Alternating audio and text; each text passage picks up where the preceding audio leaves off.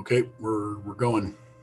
All right, welcome. It's March 18th, and this is the regular District 21 Board of Commissioners meeting. I'll go ahead and call the meeting to order at 1:01 p.m. and start with a roll call. Bruce Ansell. John Crawford. Rich Scott Fisher. Kimberly McMurray. Jason Vanderveen. All right, thank you. Our first item is to start the Volunteer Pension Board meeting. So I'll open that meeting, and I need a motion to approve the February 18th meeting minutes. So moved. Second. Any discussion? All in favor? Aye. It's unanimous. 2020 volunteer participation, Chief. Yes, sir. That is a form that we turn into the state annually that outlines whether volunteers for last year met the training requirements. It's like I said, it's an annual document, and just need a motion to pass that we can sign and send that in. So is there a motion to approve the 2020 volunteer participation roster? Move to approve. Second. Any discussion? All in favor? Aye. Unanimous. Any other items before the Volunteer Pension Board? Hearing and seeing none. Chief, anything else for the Pension Board? No, sir. I will move to adjourn the Pension Board meeting. Second. All in favor? Aye. Aye. Meeting's adjourned 1:03 p.m. We'll open the regular Board of Commissioners meeting at 1:03 p.m. The first item is the approval of the consent agenda. The consent agenda includes the meeting minutes from February 18th and the special meeting of February 25th, staff reports, financial reports, voucher, payroll, benefits. Is there a motion to approve the consent agenda? So moved. Second. Been moved and seconded. Any discussion? I will read in the revenue and expenditures. The total revenue for February, $672,165.45. March expenditures, $1,118,829.02. The employee direct deposit payroll, $329,235.04. Payroll taxes, $67,761.50. The benefits vouchers, $214,356.05. Monthly expenditure voucher, $120,957.53. Capital projects apparatus, $386,518.90. If there is no discussion, anyone? All in favor? Aye. Unanimous. Commissioner meeting reports. Anyone have any commissioner meetings they attended? Yeah. So I attended the all county commissioners meeting, which was held on the 10th. Rich, I need to get with you and give you a phone call later on. I need some information, but start out, the commissioners are looking for help on, and this is from Mike Tilley, the medical services office from Whatcom County. They're looking for a big push for the 2022 EMS levy. And they're looking for any commissioners that are willing to help or want to know more about that process. Please contact Mike. They're going to do a big push this year to get that moving along. One of the things that came up in the meeting was North Whatcom reports. Apparently, the state looks for reports from all the regions, and we're in region 5, I believe.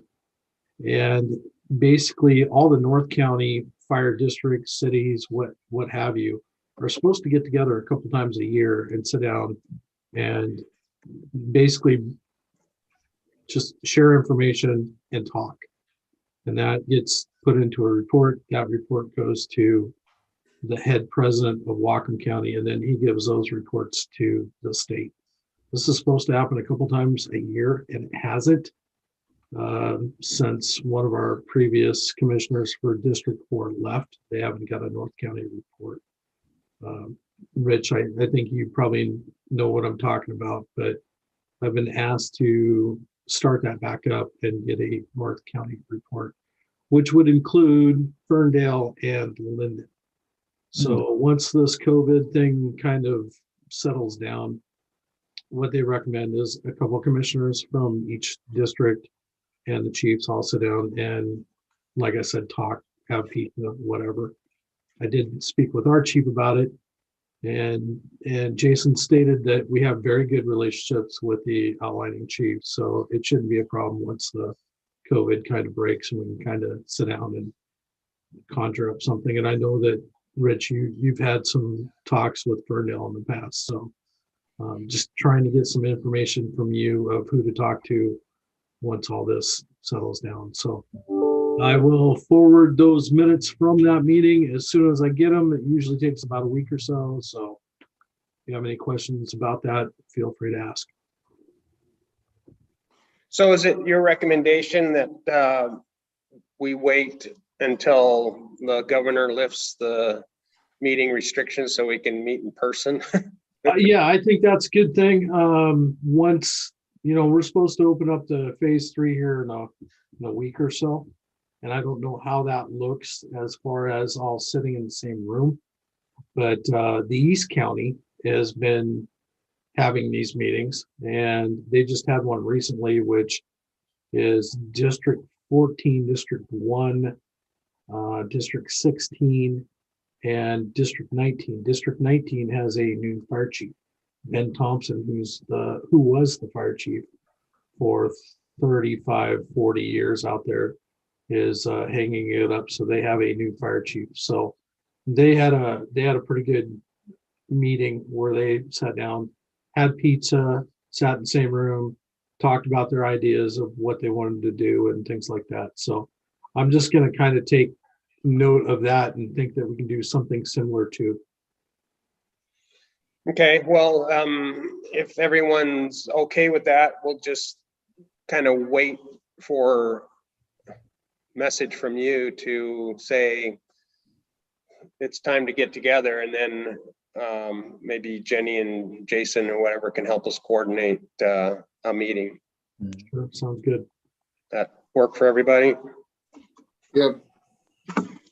There used to be a time where we could all just get together and talk. Maybe next month, huh? It'd be nice. It would be nice. Any other commissioner meeting reports? We've got the RFA under unfinished business. So real quick, Bruce, while I'm still here, the 911 board meeting is going to happen April 1st. So that's kind of where we're at with that. It got pushed out to that date. So I should have some information next month on that. April 1st, you know what time that is? Because we have an RFA meeting on April 1st. It's at 1 in the afternoon, right? I've got a meeting perfect. at the afternoon. You can just be in meetings all day. All right, thank you. Anyone else? All right, the local 106 report, the local itself doesn't have any report. The chief and I met with the local representatives on March 15th to just sort of get, for me anyway, because I haven't actually got to sit face to face or see face to face with their new reps, Chris Hollander and Scott Brown.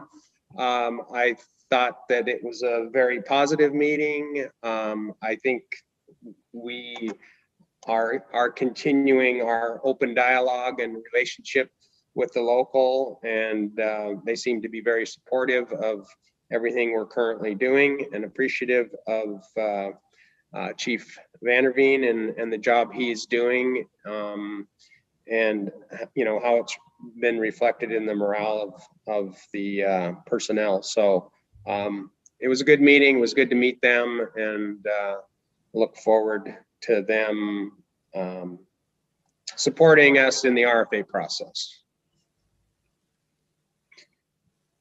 No legal issues to my knowledge at this point. Unfinished business, the RFA Planning Committee.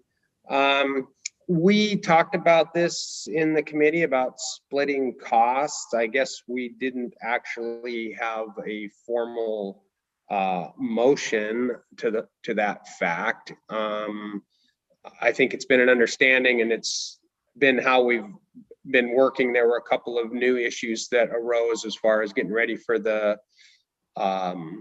ballot measure and the costs associated with that. And at the meeting, it was discussed and agreed by the planning committee to go ahead and continue to split those costs. So Jason, did District 4 pass a motion, or did they?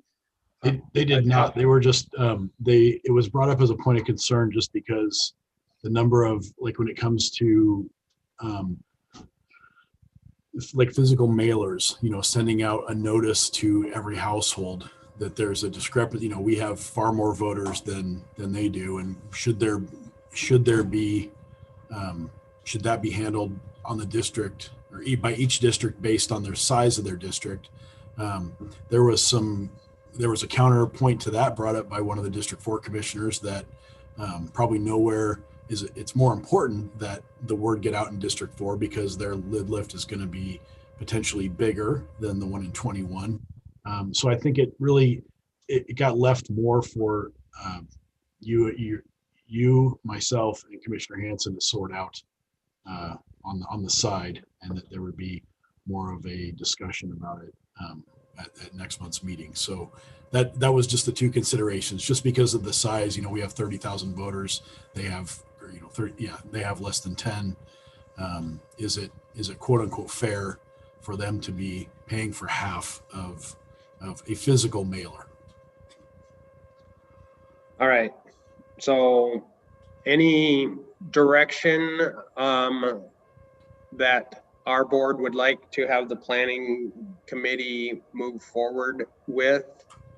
I personally believe that when we started this in good faith, we agreed to split the costs. And I would be in favor of a direction to say at the planning committee, our board maintains that we had a general person's agreement to do that. Does that sound fair? Mm-hmm. Yeah, I'll second that. All right, everybody in favor with that idea that we take it back in the planning committee phase and say that our board is under the understanding that we were going to split the costs for the RFA. Yes. Yeah, I mean, we sat and had those recorded, and it was kind of understood then. So I know that we're going to be doing motions and stuff, but yeah, that's fine. I mean, that was the understanding, and I think it's still the understanding. So. Okay, all in favor of that? All right. Okay, it's unanimous. We'll take that message back to the RFA planning committee. Assistant chief process. I believe we have a policy and procedure. So chief, do you want to just give us an update on where we're at? Yeah, we have a flyer, multi-page flyer, kind of advertising the district and why everybody should want to come work here, as well as later on in this meeting, you've got a policy or a job description for assistant chief that's been modified to best fit the organization moving forward. That's presented for your review and approval, or been presented. It's been put out there for your review and hopefully approval today. And yeah, we're ready to advertise starting tomorrow. And that's actually on our calendars to put it out there tomorrow. Have it open for. We have a projected closing date for applications. Yep, I'd have to get up and That's all right. April 30th. Okay. So, and that's to both inside and outside candidates. Sure. And yeah, if we can keep the succession planning inside, I think that would be great. And I know we've got some qualified candidates inside, so I'm looking forward to seeing some applications with names that we all recognize. So that's About a 6-week window, okay? Yes, sir. If we start tomorrow. Yep. Someone comment? Yeah, I know there was just some wordsmithing in there, but do we know why directing fire control and command was struck from that job description? Hopefully with the advent of BCs in the RFA plan, it's just offering higher level supervision as opposed to getting down into the nitty gritty of company level operations. Okay. We can talk about details during the policy and procedure section if we want to review absolutely. that. All right. So we'll table that until policies and procedures. Facilities is our next unfinished business. Where are we at on that process? Well, honestly, we've been kind of bogged down with one of the big vouchers you just approved was you saw for $390,000 for aid cars. We're finally getting some new aid cars. So we've been in the final process of getting those. Chief Ward was out of town in Florida doing the final inspection on those for about a week. And with RFA planning, as we're getting closer to the, as Karen likes to call it, the end of the runway, I've been kind of hyper into RFA stuff. And facilities hasn't taken a backdoor. It's just kind of on pause, I guess I would say. I think I reported last month, we've had some electrical upgrades at Station 63. If you drive by that at night, you'll see that it looks much different. All the pathways are lit. We don't have to worry about people tripping over curbs. And Station 72 has had a few lighting upgrades as well, just to make it more safer for the staff when they're coming in before the sun is up. Next on the docket is Station 62 out there at Semiamu. We've got some moderately significant things we need to hit on that list, and the next piece is to get a contractor out there that can kind of do a multi-item punch list for us at 62. Perfect. Thank you. Yep. Just under new business, I don't know if all of you have filed your public disclosure. F1, I think, is the form. If you haven't, the deadline is April 15th. Show of hands, who's done it, who hasn't done it? Anyone done it besides me? Rich, John, Scott, you still have to do it? I still have to do it, yeah. And Kimberly, the first time through is kind of painful, but they have actually redone their website. I thought it was very simple this year. Last time it seemed like I almost had to start over every page, and now you can just sort of click yes to everything hasn't changed. So, but that needs to be done as part of your elected official responsibility. I've started it. I just haven't finished it yet. Okay, very good. Thank you. Okay, policies and procedures. You have in your packet a assistant chief revised policy, and I reviewed it. I believe Attorney Richard Davis has reviewed it. The chief proposed it mainly because he was kind of morphing this position into kind of a dual training operations, position, and not making it the historical, just an operations assistant chief. So is there any other specific highlights that you would like to add? Obviously you had an opportunity to review this, and John, do you know where that section was that you were citing about? Was it duties or? So let me find it here. In the general description 1.0, second to last sentence. And what the goal was with this strike was that it like I said, it offers higher level, or it gives higher level supervision. I I didn't want to see the assistant chief directing company level fire suppression and emergency medical care efforts. I want them to, it's my thought that they'd be better utilized overall incident command, that kind of thing, looking at the overall incident as opposed to worried about what a single handline is doing. One of the things I've noticed during my time with the district is that there's, I'll call it micromanagement, where we take away a lot of our officers' abilities to use the talents they have, and we press down on them. And I think that we've got people that are ready to grow.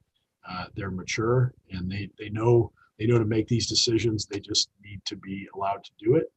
And I think this just gives the assistant chief, it lets them know that yes, they are the assistant chief. They could be the on-scene incident commander. They could be the overall commander of something like the railway incident that we just had in December.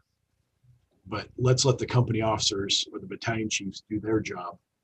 And we at the chief level come up with the concept of operations, and we allow our working supervisors, our company officers and our battalion chiefs to actually come up with the tactics we use to deal with incidents as they come up. That was the reason for the strike. So we're not specifically stripping him of the potential to be in charge at a big scene. And we just didn't want that to be sort of the day-to-day responsibility. Correct. So does that make sense, John? Yeah, that makes sense. I was just questioning why it was taken out. So that's I mean, I don't think we're eliminating it per se. I think everyone in the industry understands that title in itself carries that responsibility. So, I could see leaving it in with the understanding of what the purpose is, but I don't know that this strips him of his ability to be a chief officer at a large incident. If that's I'm looking for where that actually is. It does specifically point out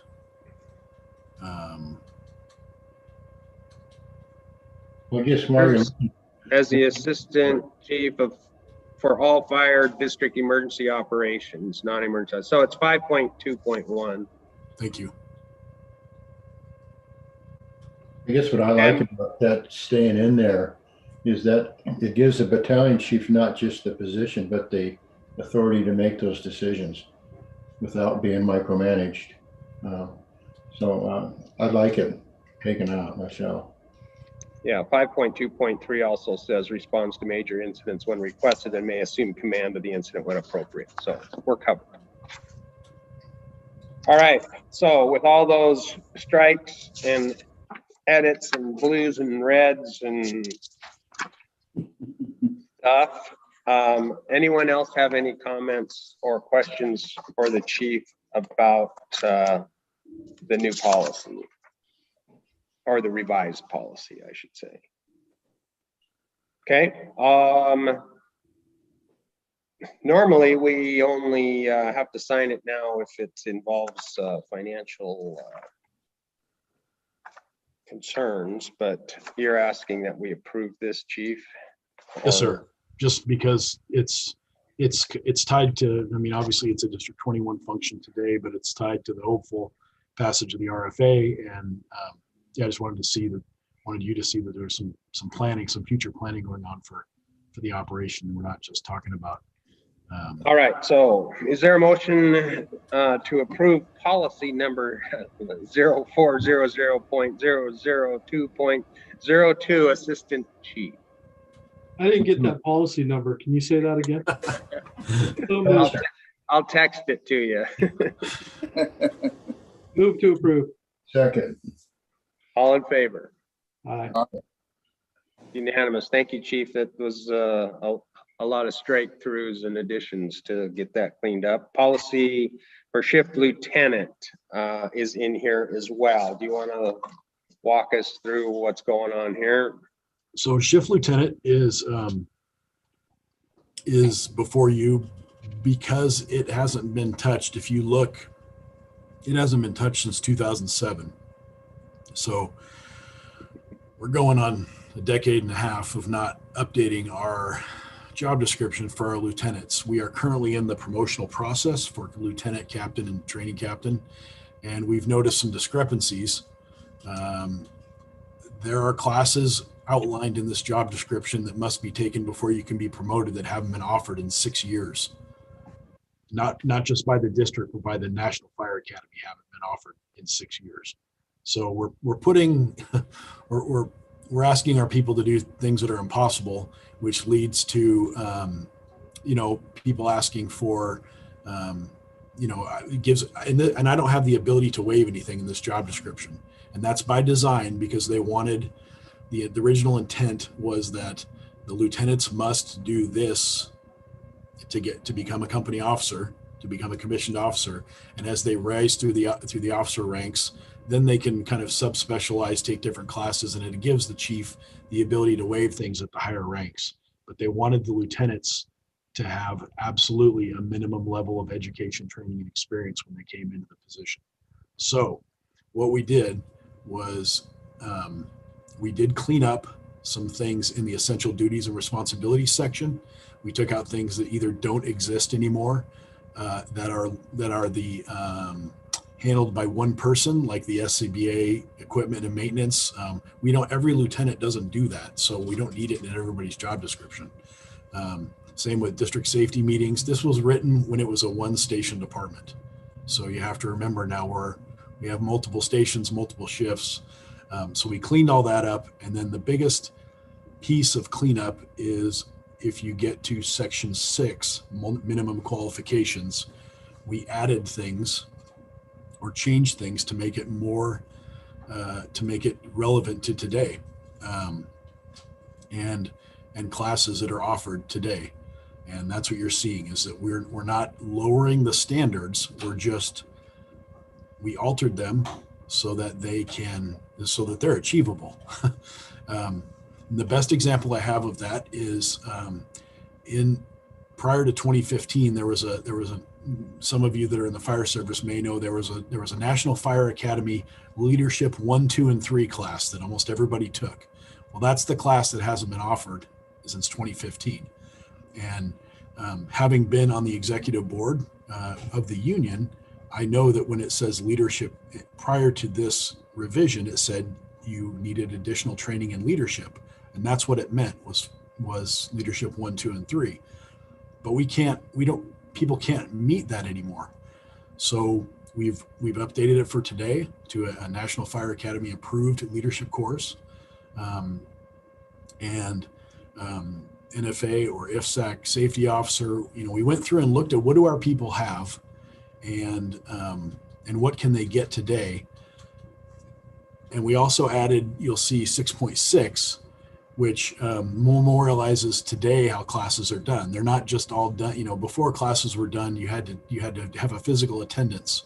Well, with COVID, it's shut all that down. So now we've got online, we've got hybrid courses, we've got physical, your course where you're physically present for it. So we wanted to update it so it's relevant today. That's really all we've done here. And then we also, beneath this, we moved things around to better break it up so that there was a lot of weird or odd groupings of requirements. You had to be able to lift 50 pounds sometimes, lift 170, or lift 50 pounds all the time, 175 sometimes, and see, hear, and taste. So we've got physical requirements along with sensory requirements. So we just broke them apart and made it simpler. And that's what's before you today.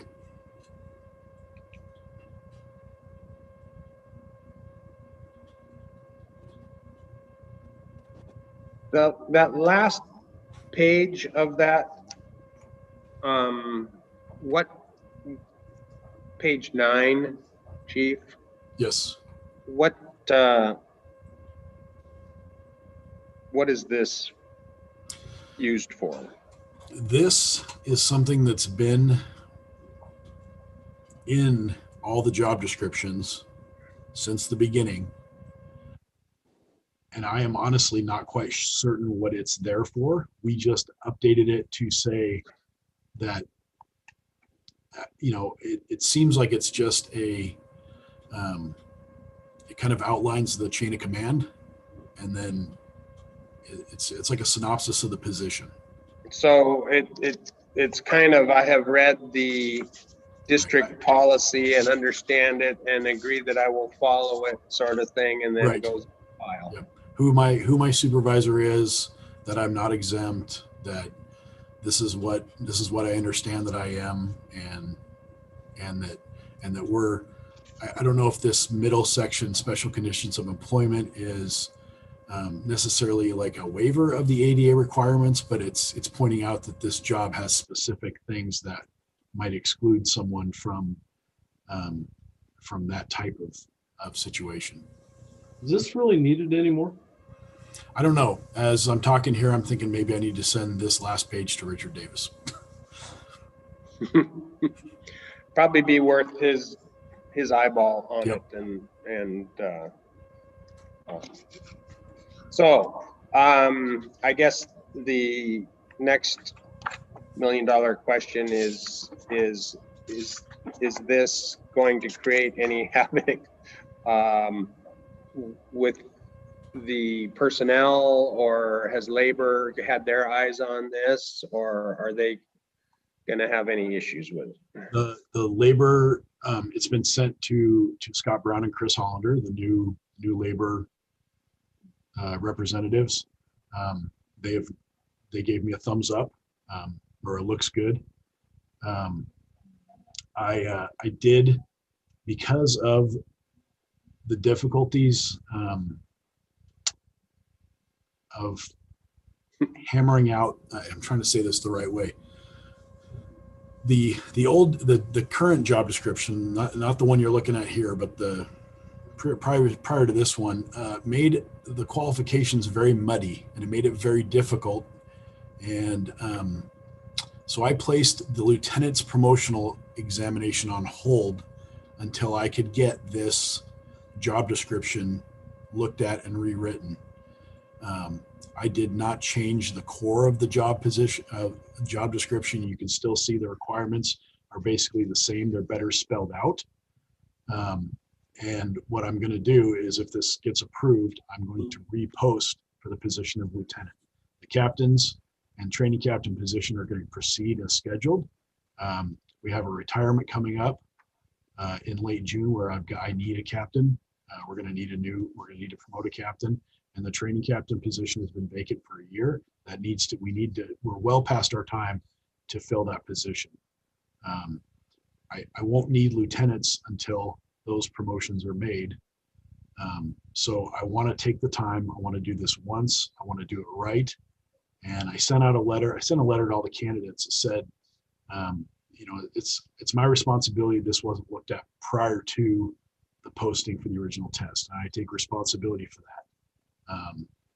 What I can't have as the chief is any commissioned officers that were ever promoted under a suspicion or whispers by their peers or subordinates that they weren't 100% qualified or were allowed to proceed through a process with question. The number one thing for us is public trust. And if I need to know that my officers are confident and they deserve clear required job requirements and clarity in the job description, and I didn't provide that for them. So I put a stop on the process until I can get clarity. And we need to make things clear and attainable for our candidates. And that's why I put a pause on the lieutenant's promotion. And that's, I'm sure that individuals have their opinions on whether I did the right thing or the wrong thing, but the feedback I've got is that we're doing the right thing here, and setting our lieutenants up for success, or our future lieutenants up for success. All right, very good. So we have this revised policy before us. It is number 0400.0 00006.03, Fire District Shift Lieutenant. Is there a motion to approve this policy? So moved. Second.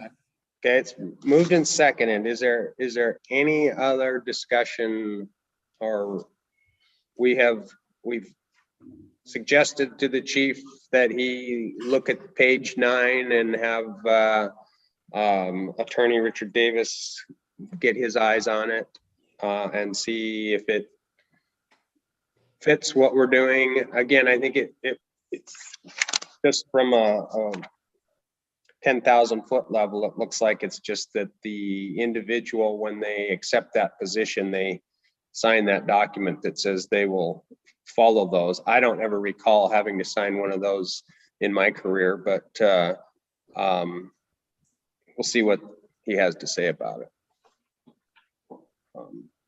If it's a policy and procedure, they should sort of be expected to know it and follow it as part of what our normal operations are. So maybe that's a holdover from 14 years ago as well. So, but all right, anyone else? All in favor? Aye. Unanimous. Correspondence. We've had a couple of letters. Chief, do you want to talk about Lieutenant Hofstede's letter here? Sure. Unfortunately, I haven't had the chance to hand this to him as he and I cross paths. That's all right. He knows it's coming.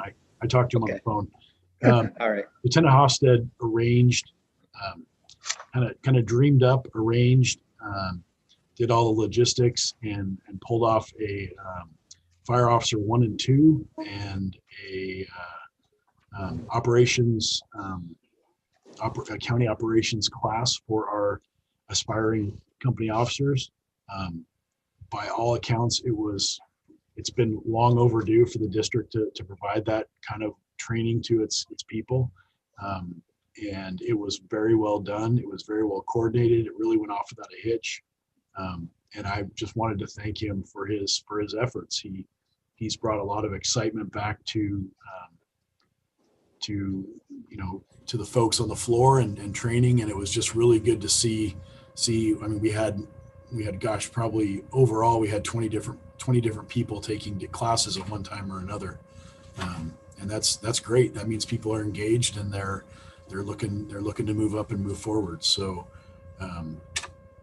it was I just wanted to thank him for his time. We're also putting a little blurb about that in the newsletter, so that people can see that your firefighters are training and working on leadership and strategy and tactics. So that's what that letter is. Very good, and certainly pass on our appreciation to Lieutenant Hofstede for his work on behalf of the district. I think since you've become chief, we've certainly turned this thing around to where people are excited about their jobs and about learning their craft and stepping up and helping. I know there was a time where everybody was taking one step backwards when you asked for volunteers, and now it seems like on multiple occasions when you ask people to help out, they're clamoring to do so, and I credit you with that leadership and direction that they feel confident and willing to follow. So much appreciated on behalf of the board to you, Chief. Thank you. Well, it's them putting the actual effort forward, and that's what counts. We've turned the corner from being voluntold to actually people volunteering, right? That's a good thing. Voluntold.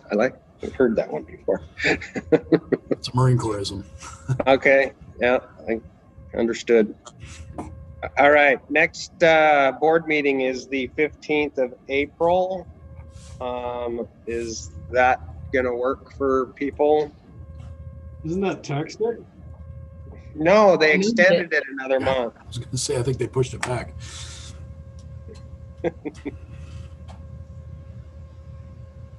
We good on that? Yep. Yeah, All right.